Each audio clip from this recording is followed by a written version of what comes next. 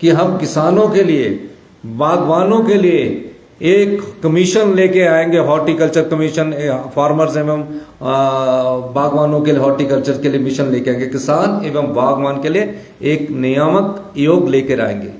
उसका क्या दायित्व होगा कि सेब का कितना स्पोर्ट प्राइस होना चाहिए, कितना खर्चा एक सेब पैदा करने के पौधे में आता है, 1 किलो में कितना सेब खर्च करने में पैसा खर्च होता है, कितना उसको प्रॉफिट होगा, किस प्रकार उसको मिनिमम सपोर्ट प्राइस मिलना चाहिए।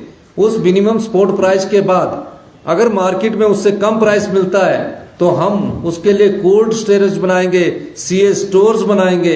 इस प्रकार की नीति उस कमीशन के द्वारा हम आने वाले समय में हिमाचल प्रदेश के बागवानों और किसानों के लिए लाएंगे। ये हम इसलिए कह रहे हैं क्योंकि जो हिमाचल का बागवान है, जो हिमाचल का सेब उत्पादक है, जो हिमाचल का किसान है, जो हमारा अन्न उत्पादक है, इन सब चीजों के लिए कोई ना कोई कमीशन होना चाहिए। आज हमारी फसल बीमा योजना होती है, फसल बीमा योजना में सेब को लिया ही नहीं जाता है। आज किसान के द्वारा जो लोन प्राप्त होता है, यानी कि किसान लोन जो मिलता है, कृषि लोन जो मिलता है, जो 4% इंटरेस्ट पर मिलता है, उसमें भी पहले पैसे काट लिए जाते हैं। अगर 1 लाख रुपए का किसान लोन कोई कृषक लेता है तो उससे 4,000 रुपये काट लिया जाता है कि आपकी फसल का बीमा किया जाएगा। और आपकी फसल का जब बीमा करने की बात आती है तो उस फसल का बीमा का जब फसल नष्ट हो जाती है, ओलावृष्टि से नष्ट हो जाती है या किसी कारण और नष्ट हो जाती है, ज्यादा बारिश से नष्ट हो जाती है, तो आज बीमा कंपनियों द्वारा उसको उचित मुआवजा नहीं मिलता। ये जो बीमा कंपनियां हैं ये प्राइवेट बीमा कंपनियां हैं। इनसे ये पूछा जाना चाहिए कि हिमाचल प्रदेश के कितने किसान, कितने बागवान, उनको आपने जब उनकी फसल नष्ट हुई तो कितना मुआवजा उनको उपलब्ध करवाया, कितना मुआवजा दिया। हमसे तो ये प्रीमियम जो है, फसल बीमा योजना का जो प्रीमियम है वो करोड़ों के हिसाब से ले लेते हैं, लेकिन जब उनको देने की बारी आती है तो बहुत कम पैसा उनको दिया जाता है। यानी कि ये फसल बीमा योजना बागवानों के लिए ना होकर, किसानों के लिए ना होकर, सिर्फ बीमा कंपनियों के प्रॉफिट को ज्यादा दिखलाने के लिए भी ये योजनाएं बनी है। कांग्रेस पार्टी इसका भी विरोध करती है। इसका कमीशन जो बनेगा, इसमें कुछ और मैं चीजें आपको लाना चाहता हूं। उसमें हम ये भी फैसला करेंगे कि कौन सी पेस्टिसाइड जो फसल सेब को या फसल को ज्यादा नुकसान न पहुंचाती है, उस प्रकार की पेस्टिसाइड्स का मूल्य ये कमीशन फिक्स करेगा। कैसे उनको एंटी हेल नट मिलने हैं, उसका भी फैसला ये कमीशन के माध्यम से करवाएंगे। जहां किसानों का प्रतिनिधित्व होगा, जहां किसानों के प्रतिनिधित्व, विभिन्न किसानों के, बागवानों के प्रतिनिधित्व होंगे, वो बताएंगे और उस फैसले को सरकार को मान्य होगा। इस प्रकार का कानून किसान से संबंधित आने वाले समय में कांग्रेस पार्टी लाएगी। यही नहीं है, आज विडंबना यह है कि इस देश में अराजकता का माहौल है और ऐसा महसूस प्रत्येक समाज का प्रत्येक नागरिक कर रहा है कि ये कैसी सरकार इस देश में 8 साल से है कि जो इलेक्शन जीतने के लिए ईडी का इस्तेमाल कर रही है। और ईडी का इस्तेमाल इस तरह किया जा रहा है कि कोई भी नेता जो उनको चुनौती देता है, जो उनकी बात को गलत कहता है, श्री राहुल गांधी जी दिन प्रतिदिन जनता से जुड़े मुद्दों को उठाते हैं, जनता से जुड़े बात को उठाते हैं, उन पर किसी ना किसी तरह से, जिनसे मोदी सरकार डरती है, उन पर किसी ना किसी तरह से राजनीतिक दबाव के द्वारा ईडी का प्रयोग करके उनकी आवाज दबाने की कोशिश की जा रही है। पिछले कल कांग्रेस पार्टी के सभी कार्यकर्ताओं ने, हजारों लाखों के कार्यकर्ताओं में पूरे हिंदुस्तान में धरना प्रदर्शन दिया। अगर चुनाव जीतने का इतना ही शौक है तो इलेक्शन डिपार्टमेंट को बदल करे ईडी डिपार्टमेंट बना देना चाहिए और चुनावों की दृष्टिकोण से आगे बढ़ना चाहिए।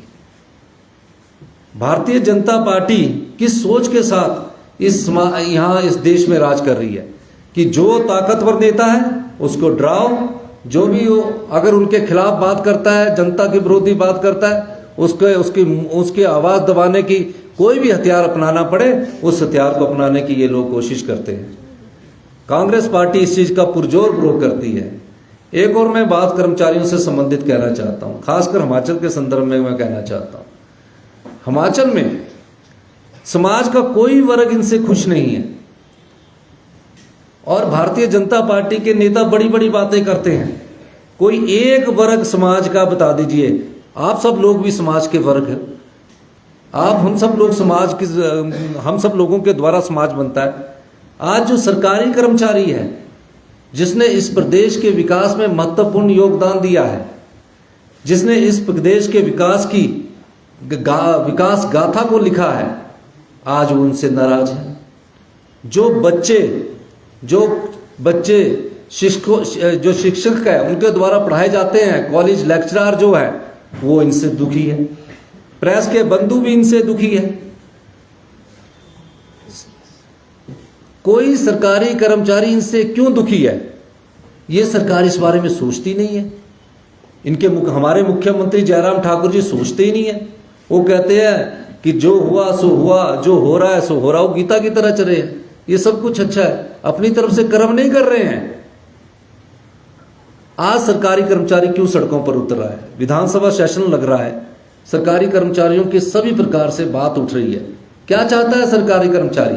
वो चाहता है कि 60 साल मैं इस प्रदेश की सेवा करूं, ईमानदारी से इस प्रदेश के विकास में अपना योगदान दूं। जितनी उसकी क्षमता है उस सरकारी कर्मचारी की, उतनी ताकत से वो इस प्रदेश की सेवा कर रहा है। वो मांग क्या रहा है? वो मांग रहा है कि मेरे बुढ़ापे में अब समय ऐसा आ गया है, जब मैं बुढ़ापा का हूं, सीनियर सिटीजन कहलाऊं, तो कम से कम उस समय मुझे महीने की एक, मेरी जो मेहनत मैंने इस प्रदेश के लिए दी है, एक थोड़ी बहुत आय पेंशन के रूप में मिली। उसके बारे में विचार नहीं कर रही कांग्रेस पार्टी। पिछले 6 महीने से कह रही है, ये चुनावों को देखकर नहीं कह रही है। हम उन कर्मचारियों का कल्याण चाहते हैं जो कारपोरेशंस में भी लगे हैं, जो बोर्ड में भी लगे हैं, जो यूनिवर्सिटीज में भी लगे हैं, जो म्यूनिसिपल कारपोरेशंस में भी लगे हैं, जो HRTC कारपोरेशन में भी लगे हैं, नगर पंचायतों, नगर परिषदों में भी लगे हैं। जितने भी सरकारी कर्मचारी है, चाहे वो किसी के माध्यम से लगे हैं, कांग्रेस पार्टी ये चाहती है कि उनको जब वो अपना बुढ़ापे का लास्ट के अंतिम 20 साल जीवन के जिए या उससे अधिक जिए, तो कम से कम उनको सरकार के रूप में एक पेंशन के रूप में पैसे मिले। हम कांग्रेस पार्टी बार बार उनको सचेत कर रही है कि ये वो सरकारी कर्मचारी है जिन्होंने इस प्रदेश के विकास में महत्वपूर्ण योगदान दिया। अगर आज शिक्षा के क्षेत्र में केरल के बाद हिमाचल प्रदेश का दूसरा नाम आता है, तो उसमें इन सरकारी कर्मचारियों का बहुत बड़ा योगदान है। जो भी प्राइज हमें मिलते हैं पूरे हिंदुस्तान में, जब हमें प्राइज मिलता है कि हम इस क्षेत्र में फर्स्ट आए, इस क्षेत्र में सेकंड आए, वो किसके माध्यम से मिलते हैं? वो सरकारी कर्मचारियों के महत्वपूर्ण योगदान के द्वारा मिलते हैं। उस दृष्टिकोण से ये सरकार सोई हुई है। कांग्रेस पार्टी के सभी नेता बार बार कह रहे हैं कि कांग्रेस की सरकार आएगी, जितने भी कर्मचारी है, चाहे वो विभागों में लगे हैं, चाहे वो कारपोरेशनों में लगे हैं, चाहे वो अर्बन डिपार्टमेंट के लोकल बॉडीज के अधिकारी है, चाहे पंचायती राज के अधिकारी है, कांग्रेस पार्टी ने दावे से कहा है कि हम ओल्ड पेंशन स्कीम को हिमाचल प्रदेश में लागू करेंगे। तो ये कांग्रेस पार्टी चाहती है। दूसरी, अभी भी सरकार के पास वक्त है, अहम में मत लीजिए। बड़े बड़े लोगों का अहम टूट चुका है, जयराम जी को हम बोलना चाहते हैं। इन सरकारी कर्मचारियों की बददुआएं मत लीजिए, इनकी दुआएं लीजिए। इनके आशीर्वाद से आप मुख्यमंत्री बने हैं। ये हिमाचल प्रदेश की वो जनता है जो 70 लाख 71 लाख के करीब हमारी जनसंख्या, 40 लाख के करीब हमारे मतदाता है। जब वो उठ खड़ा होता है तो वो उठ खड़ा होकर एक आंदोलन का रूप लेता है और आंदोलन को वो अपने वोट के द्वारा, अपनी वोट की ताकत के द्वारा सत्ता का परिवर्तन करता है। अभी भी 3 महीने हैं सरकारी कर्मचारियों के लिए, सोच लीजिए। आप दोबारा मुख्यमंत्री बनने की बात करते हैं। मुख्यमंत्री वो बनता है हिमाचल प्रदेश में जो जनता के द्वारा अपनी 5 साल की कार्य प्रणाली को जनता के सामने रखता है और जनता उसको द्वारा चुनकर भेजती है। तो आपके दिन 90 दिन के रह गए हैं, आपका हैम टूट जाएगा। इन सरकारी कर्मचारियों की दुआएं लेनी है तो मैं सरकार से इस मंच के माध्यम से आज भी ये मांग करता हूं कि कम से कम इन सरकारी कर्मचारियों को अपना बुढ़ापा जीवन यापन करने के लिए आप कम से कम ओल्ड पेंशन स्कीम को लागू कीजिए। इनको विधानसभा के बाहर सड़कों पर मत के लिए, बाहर विधानसभा के बाहर धरने प्रदर्शन के लिए मत लाइए। इन्होंने काफी लोगों का कार्य करना होता है, दफ्तर चलाने होते हैं। तीसरी बात, जयराम सरकार जी बड़े झूठे मुख्यमंत्री हैं। और झूठे क्यों ना हो, जब पेपर लीक हुआ और जो पेपर नीलाम हुआ, जिस नीलामी की कीमत 3 लाख से लेकर 5 लाख रुपए रखी गई, माननीय मुख्यमंत्री जयराम ठाकुर जी ने बड़ी जल्दी कहा कि मुझे यह पता लगा जब एसपी कांगड़ा और जो इंटरव्यू विभाग के वहां लोग थे, उन्होंने कहा 3 दिन तक उन पर दबाव डाला गया कि इस पुलिस भर्ती का रिजल्ट डिक्लेयर कीजिए। क्योंकि इस पुलिस भर्ती का जब उन्होंने बोला कि नहीं, इस पुलिस भर्ती का नाम पुलिस अधिकारी, एसपी जो भी लोग थे, कि हम इसका नाम डिक्लेयर नहीं करेंगे, रिजल्ट डिक्लेयर नहीं करेंगे, क्योंकि इसमें पेपर लीक हुआ है, पेपर नीलाम हुआ है। जयराम ठाकुर जी ने जब उनको पता लगा, डीजीपी जी ने भी बहुत प्रेशर डाला कि वो एसपी वगैरह नहीं मान रहे हैं, तो जयराम जी ने एक अच्छा कार्य किया कि उन्होंने उसको पेपर को कैंसिल कर दिया। कैंसिल करना था ध्यान बांटने की। जयराम जी से यह पूछना चाहते, कैंसिल करने के 1 हफ्ते बाद आपने कहा कि ये जो पेपर लीक हुआ है, ये जो पेपर नीलाम हुआ है, इस पेपर की सीबीआई इंक्वायरी करेंगे। ये मैंने नहीं कहा, ये हमारे नरेश चौहान जी ने भी नहीं कहा, अनुरुद्ध जी ने भी नहीं कहा, ये जयराम जी ने कहा कि इसकी सीबीआई इंक्वायरी करेंगे। और हम सब लोग कांग्रेस पार्टी के, हमारे सारे लोग राजभवन में पहुंचे। राजभवन में गवर्नर साहब को हमने मेमोरेंडम दिया। मेमोरेंडम में कहा कि ये जो सीबीआई इंक्वायरी है, इसकी नोटिफिकेशन जल्दी कीजिए। अब प्रदेश का मुख्यमंत्री, जिस पर सब लोगों की आशाएं होती है, वो मुख्यमंत्री ये कहे कि सीबीआई इंक्वायरी होगी और बाद में सीबीआई इंक्वायरी नहीं होती, तो इसका आप क्या मतलब निकालेंगे? इसका मतलब ये है कि इसमें कहीं ना कहीं सरकार की संलिप्तता है। सरकार इस पेपर लीक मामले में, पेपर नीलाम मामले में शामिल पाई गई है। इसका मतलब ये है, इसीलिए ये सीबीआई इंक्वायरी करने से डर रहे हैं। फटाफट से पुलिस का द्वारा से रिटर्न एग्जामिनेशन हो गया, रिजल्ट निकाल दिया, और इस मामले को जो दबाने की कोशिश जयराम ठाकुर की सरकार कर रही है, कांग्रेस पार्टी की सरकार आएगी, सरकार में सम्मिलित अधिकारी और मंत्रीगण जो भी इस पेपर लीक मामले में शामिल होगा, उसकी इंक्वायरी दोबारा से करवाएगी।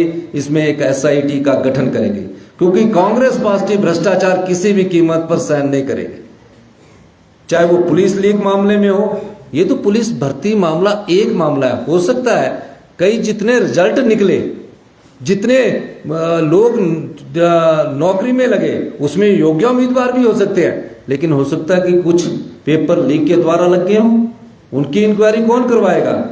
तो इस प्रकार की जयराम सरकार यहां बैठी हुई है जो इस प्रकार की बात करती है। एक कहावत याद है, ना किसानों की हितैषी ये सरकार है, समाज के किस वर्ग की हितैषी है? फिर बोलते जी हम दोबारा रिपीट करेंगे, हम रिवाज डालेंगे। समाज का कोई वर्ग तो इनसे खुश नहीं है। ना किसान खुश है, ना बागवान खुश है, ना मजदूर खुश है, ना दलित खुश है, ना महिलाएं खुश है, ना पंचायती राज संस्थाओं के चुने हुए प्रतिनिधि खुश है, ना प्रेस वाले बंधु खुश है। खुश कौन है? तो ये कैसे सोचते हैं, जब कोई वर्ग खुश नहीं है तो ये कैसे सोच लेते हैं कि हम दोबारा से सत्ता में आएंगे? सत्ता में दोबारा से तभी आ सकते हैं, कहीं ईवीएम में कहीं इनके पास चाबी होगी तो उसी के द्वारा सत्ता में आ सकते हैं। जब समाज का कोई भी वर्ग खुश ना हो तो सत्ता में कैसे आएंगे? कोई वर्ग खुश है?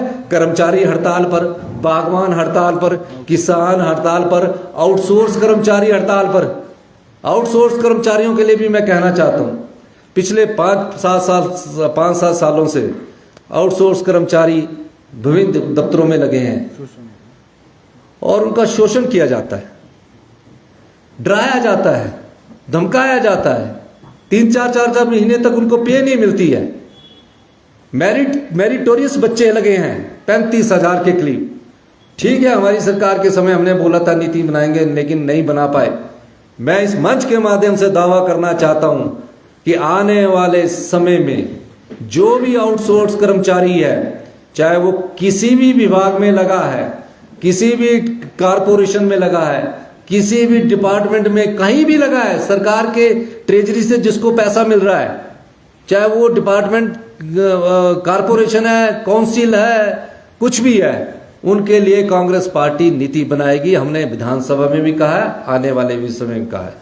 हिमाचल प्रदेश में ये 40 साल बाद व्यवस्था परिवर्तन हो रहा, तो हम कह रहे हैं कि कांग्रेस पार्टी अगला चुनाव सत्ता परिवर्तन के लिए नहीं, सत्ता के लिए नहीं चाहती, वो व्यवस्था परिवर्तन के लिए चाहती है। ऐसे आउटसोर्स कर्मचारी जिनका शोषण हो रहा है, ऐसे बागबान जो सड़कों पर महिलाएं नारे लगा रही है, ऐसे किसान जो रोजमर्रा की जिंदगी से दूर हो चुके हैं, महंगाई आसमान छू रही है। महंगाई कैसे बढ़ती है? महंगाई की बढ़ने का कारण क्या है? और इनके कान में जून नहीं देख रही है। मुंशी प्रेमचंद जी ने कहा है कि किसान की हालत क्या होती है।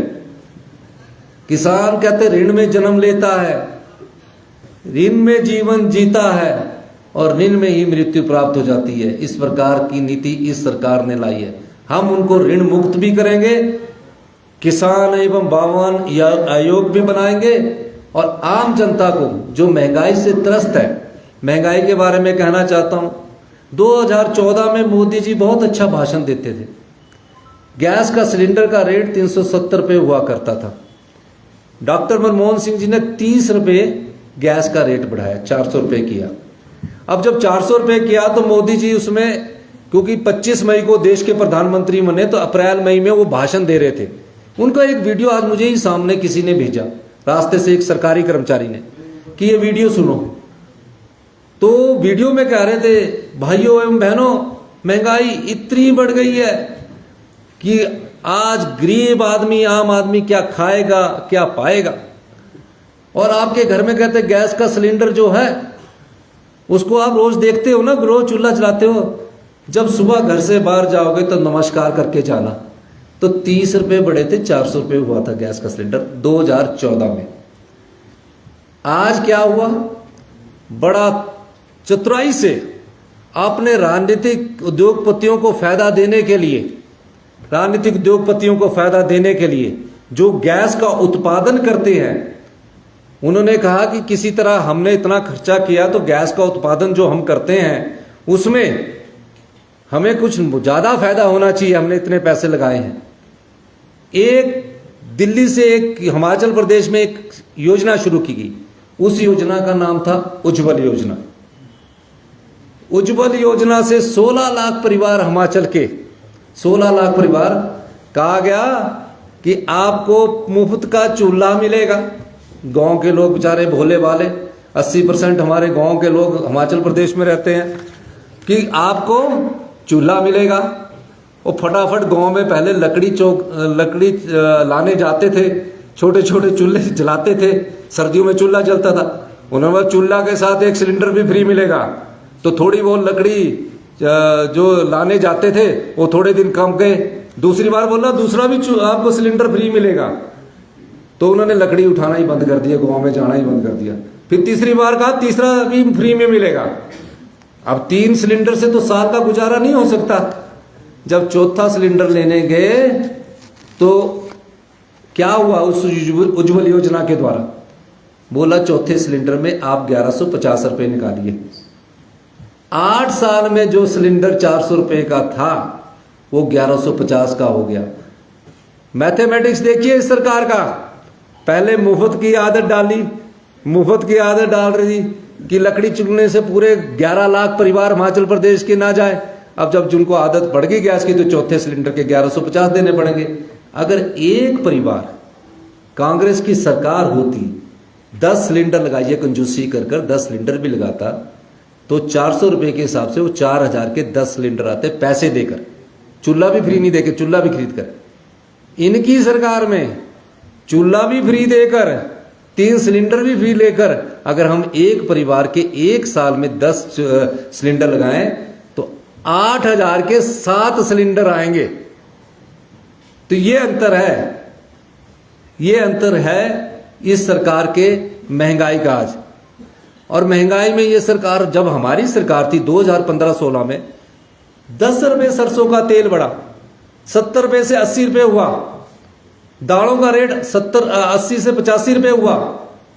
हमने फटाफट फैसला किया कि हिमाचल प्रदेश के 16 लाख परिवार है, 17 लाख परिवार है जो डाटा है, क्योंकि विधानसभा में जो डाटा, इसमें 1 लाख ट्रांजिशन है कि जो परिवार आते जाते रहते हैं, 16 लाख परिवार है। हमने कहा डिपुओं के माध्यम से 3 दालें 40 रुपए की मिलेगी, सरसों का तेल 40 रुपए का मिलेगा, नमक मिलेगा। ये फर्क है कांग्रेस पार्टी और भारतीय जनता पार्टी में। तो आज ये दोबारा रिवायत डालने की बात कर रहे, रिवाज बदलने की बात कर रहे। जयराम जी, आपके दिन थोड़े रह गए हैं। किसान बागवानों पर, जो किसान की पेटी पर, जो आप सेब की पेटी पर आपने 12% जीएसटी लगाया, उसको माफ करो। कोई किसी भी देश में आजादी के बाद पहला किसान और बागवान पर टैक्स लगा, वो जीएसटी के माध्यम से सेब की डिब्बे जो है, पेटी जो बनती है, उस पर 12% जीएसटी लगा। क्यों लगा रहे हैं? मैन्युफैक्चरर्स में लग सकता है। बद्दी की फैक्ट्री में कोई चीज मैन्युफैक्चर हो रही है, साबुन हो रहा, जो भी दवाइयां फैक्चर हो रही है, उसमें अगर पेटी पर लग सकता है, किसानों पर तो मत लगाओ। कर्मचारियों को पेंशन दे, किसानों पर जीएसटी खत्म करे। इंसेक्टिसाइड्स और पेस्टिसाइड्स पर जो सब्सिडी हमारे गरीब हॉर्टिकल्चर वालों को मिलती वो दिलाए। एंटी हेल नेट पर जो सब्सिडी मिलती वो करवाए, क्योंकि यही एक बागवान जो सेब की इंडस्ट्री हिमाचल प्रदेश में है, उससे हिमाचल प्रदेश सरकार का रेवेन्यू बहुत बढ़ता है। यही शब्द मैंने आज आपके सामने कहने थे। आपका बहुत बहुत धन्यवाद। कोई भी व्यक्ति है जो कोई सवाल पूछना चाहता है पूछ सकते हैं। सर, कांग्रेस के नेताओं की स्टेटमेंट्स आ रही है, आपने कहा कि कमीशन बनाएंगे और जो प्रोटेक्ट के लोग हैं उनको नीति बनाएंगे। मुख्यमंत्री जी ने कहा है कि 18 से 60 साल जो भी महिलाएं हैं उनको पेंशन देंगे 1500। तो ये जो चीजें हैं, ये क्या घोषणा पत्र में शामिल की जाएगी? देखिए, मैंने आज आपसे बागवान किसान आयोग की बात कही है, इसको घोषणा पत्र में शामिल किया जाएगा। और घोषणा पत्र की मीटिंग हमारी आज परसों 8 तारीख को 4 बजे हमारी मीटिंग है, 8 तारीख को 4 बजे। और उसमें ये बात ओपीएस जो मैंने कहा है, मैं उसको शामिल किया जाएगा।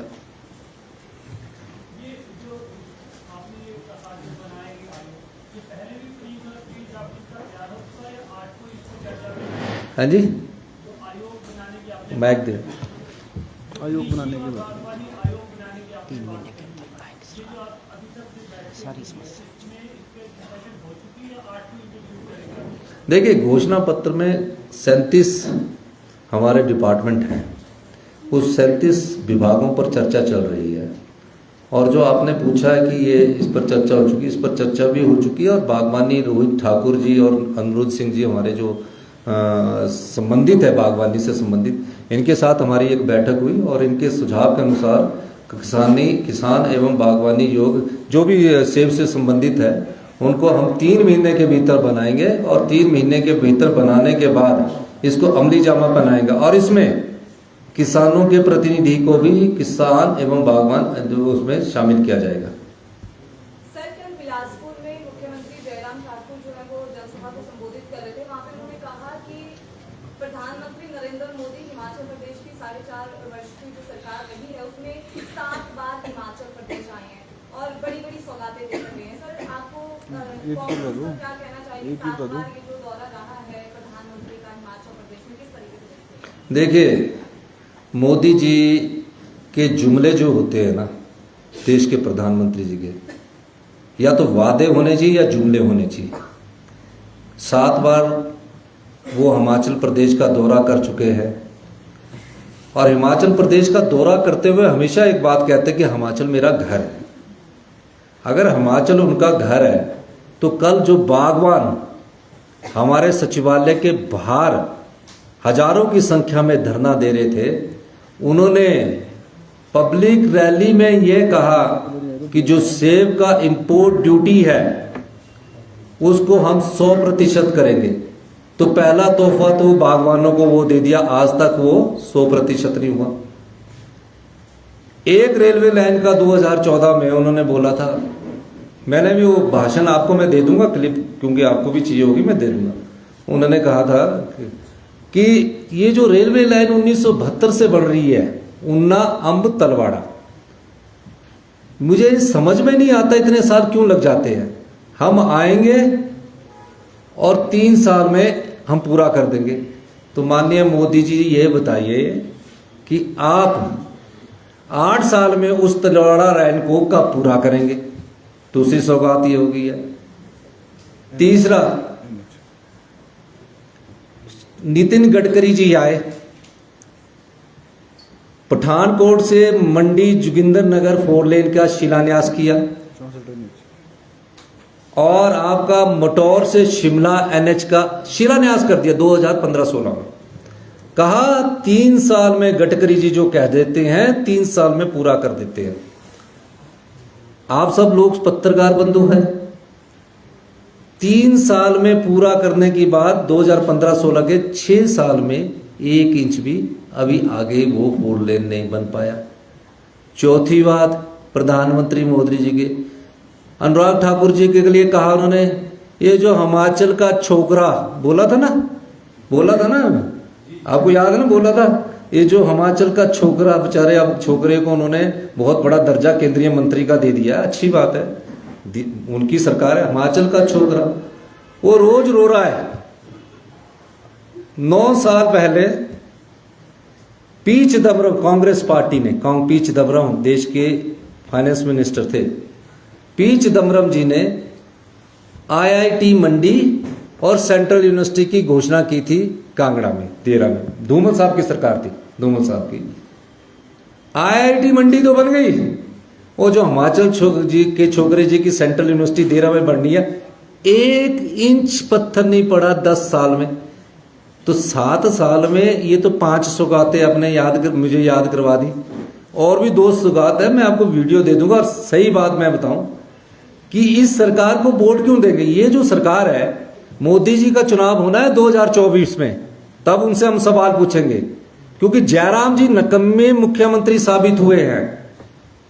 जयराम जी ने समाज के, हिमाचल प्रदेश के लोगों के लिए कुछ नहीं किया।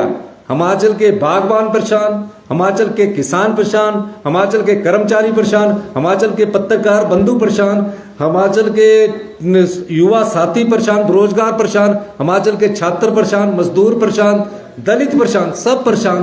फिर बोलते हम रिवाज बदलेंगे, दोबारा ये कभी नहीं आएंगे। 80 दिन रह गए हैं, जयराम जी झूठ बोलते हैं, CBI इंक्वायरी को दबाया जा रहा है। खुद मुख्यमंत्री जिस प्रदेश का झूठ बोले कि मैं CBI इंक्वायरी करेंगे, क्या आप उससे आशा करते कि वो जनता के प्रति न्याय करेगा? धन्यवाद। आपने विषय कवर किए जिनके ऊपर मैं प्रश्न पूछूंगा, तो छोटे छोटे प्रश्न। एक CBI जांच के ऊपर आपने बात कही अभी भी, उसके ऊपर आपके भी एक नेता ने कहा था हम बहुत जल्द ऑडियो क्लिप लाने वाले हैं। दूसरा सवाल, ओल्ड पेंशन की आपने आज भी बात कही, परंतु पिछले कल ही आपके एक नेता ने मंच से कहा है प्रदेश की वित्तीय परिस्थितियों को ध्यान में रखते हुए ही हमारे नेता घोषणा करें, क्या कहेंगे आप? और मुख्यमंत्री ने कहा ऐसा कि कांग्रेस लोगों से झूठे वादे कर रही है, आप क्या कहेंगे? मैं आपको 2 चीजें बोलना चाहता हूं। पहले तो CBI इंक्वायरी की आपने बात की है, वो मैंने नहीं कहा था, कांग्रेस पार्टी ने, आप सब लोगों ने हमको कवर किया गवर्नर के बाहर। हमने खुद धरना दिया और गवर्नर को मेमोरेंडम दिया कि जो माननीय मुख्यमंत्री ने कहा उसकी CBI नोटिफिकेशन करनी चाहिए। और माननीय गवर्नर साहब ने हमको आश्वासन दिलाया था कि मैं कहूँगा कि जल्दी से जल्दी नोटिफिकेशन करनी चाहिए। दूसरी बात, मैं प्रचार कमेटी का चेयरमैन हूँ। कांग्रेस पार्टी में विभिन्न मत होते हैं। कांग्रेस पार्टी कोई 2 तानाशाह की पार्टी नहीं है। 2 तानाशाह भी मैं आपको बता देना चाहता हूँ। बीजेपी का भी राज नहीं है 2 तानाशाह का। एक तानाशाह तो हमारे मोदी जी हो गए हैं, और एक तानाशाह का नाम के आगे पहले ही शाह लगा, अमित शाह जी। तो इसमें नहीं। दूसरी मैं आपको बात बता रहा हूँ, आपने बोला है कि कांग्रेस पार्टी के नेता, तो कांग्रेस पार्टी के अगर नेता कोई विचार रखते हैं, उनके मन में कोई विचार आता है, वो अपनी भावना को रखते हैं, उस पर कांग्रेस पार्टी चर्चा करती है, मैनिफेस्टो के द्वारा चर्चा करती है, मैनिफेस्टो की कमेटी में लाती है। उस चर्चा करने के बाद उसके फाइनेंशियल इम्प्लीकेशंस देखती है, घोषणाएं, फाइनेंशियल इम्प्लीकेशंस देखने के बाद AICC में जो हमारे, जिन्होंने इस देश को आज इस स्तर पर पहुंचाया, जहां मोदी जैसे देश के प्रधानमंत्री भी आज उन नियमों का उन नियमों के द्वारा कांग्रेस के नेताओं पर जिन्होंने कुछ नहीं किया है, झूठे ही मुकदमे बना रहे हैं, उनसे फिर चर्चा करती है। उसके बाद घोषणा पत्र लागू होता। जो घोषणा पत्र में आएगा वो कांग्रेस का कर्तव्य पत्र भी होगा। तो इसलिए आप ये जो बयानबाजी है, ये बयानबाजी चलती है राजनीतिक दृष्टिकोण। और दूसरा जो जयराम जी ने कहा है, हम हर चीज को सोचकर, तोलकर, मोलकर बोलते हैं। और कुछ बात? मुकेश अग्निहोत्री जी की घोषणा को किस तरह से देखते हैं आप, जो वो घोषणा कर रहे हैं कि 1500 रुपए हर महिलाओं को देंगे, नौकरी को वो घोषणा कर रहे हैं, तो ये भी आपके चुनावी घोषणा पत्र? देखिए, मुकेश अग्निहोत्री जी हमारे विधायक दल के नेता है, और मुकेश अग्निहोत्री जी ने जो कहा है वो एक भाव है। चर्चा होगी, विस्तृत चर्चा होगी, और आपको मैंने फिर कहा है कि घोषणा पत्र में जो आएगा वही सत्य होगा, वही हमारा कर्तव्य पत्र होगा। धन्यवाद।